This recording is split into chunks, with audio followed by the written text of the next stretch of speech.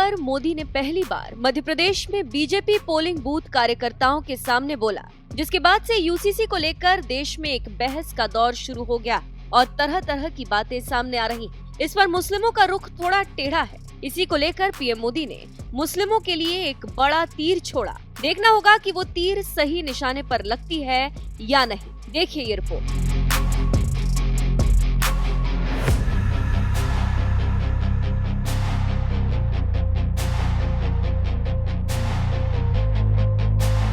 दो 2024 लोकसभा चुनाव से 6 महीने पहले ही भारत की पार्टियों ने अपनी तैयारी शुरू कर दी।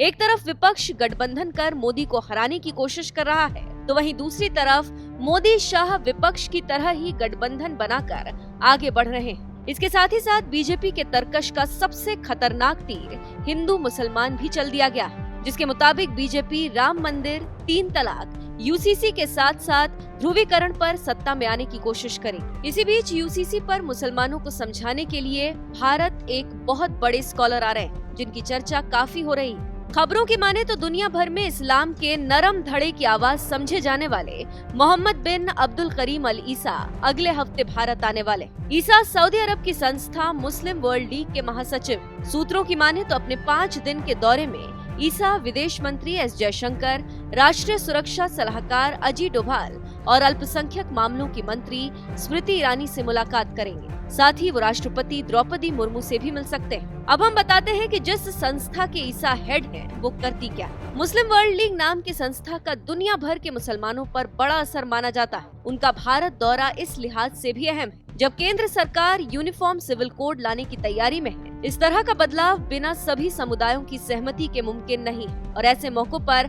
संवाद और बातचीत के चैनलों की भूमिका भी बढ़ जाती है। यूनिफॉर्म सिविल कोड देश में सभी नागरिकों के लिए एक समान कानून की बात करता है। ये भारत के सभी समुदायों पर उनकी संपत्ति, विवाह, विरासत और गोद लेने जैसे नियमों पर लागू होगा। इसे लेकर समाज में अलग अलग तरह के सुर सुनाई दे रहे हैं। अब देखना होगा कि भारत के मुसलमान कितना ईसा पर विश्वास करते हैं और भारत सरकार कितना सफल होती है।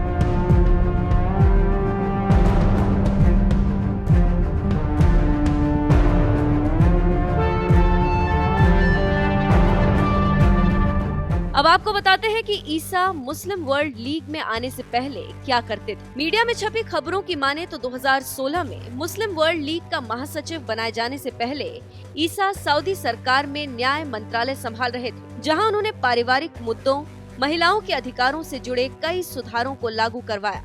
इन मामलों पर उनकी सलाह को खासी गंभीरता से लिया जाता है। अल ईसा सेंटर फॉर रिस्पॉन्सिबल लीडरशिप के भी चेयरमैन, जो खुद को मानवता के लिए काम करने वाली संस्था बताती। खुद ईसा की छवि उदारवादी इस्लाम को ही आगे बढ़ाने वाले शख्स की रही।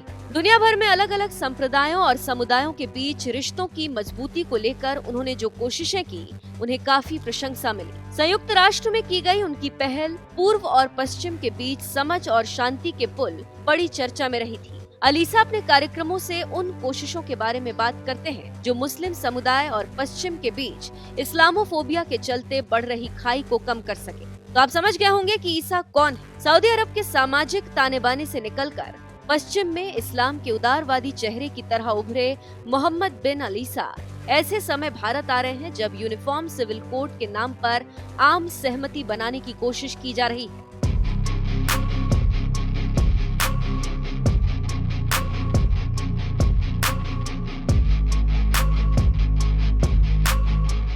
जानकारों की माने तो इस दौरे से भारत अपनी बात उनके माध्यम से मुस्लिम समुदाय के बीच संवाद के रूप में स्थापित कर सके। आपसे घटना का जिक्र करें कि इसी साल जब टर्की और सीरिया में विनाशकारी भूकंप आया तो भारत ने मदद के लिए सबसे पहले हाथ बढ़ाया। पिछले कुछ सालों के दौरान इजिप्ट, बहरीन, यूएई, फिलिस्तीन, अफगानिस्तान, सऊदी अरब जैसे मुस्लिम देशों ने पीएम मोदी को अपना सर्वोच्च नागरिक सम्मान तक दिया। मुस्लिम बहुल खाड़ी देशों से बेहतर संबंध सामरिक आर्थिक नजरिए से भारत के लिए अहम है। इससे आप समझ गए होंगे कि बीजेपी सरकार एक तीर से कई निशाने लगा रही है। अब देखना होगा कि आगे ये तीर सही निशाने पर बैठती है या नहीं।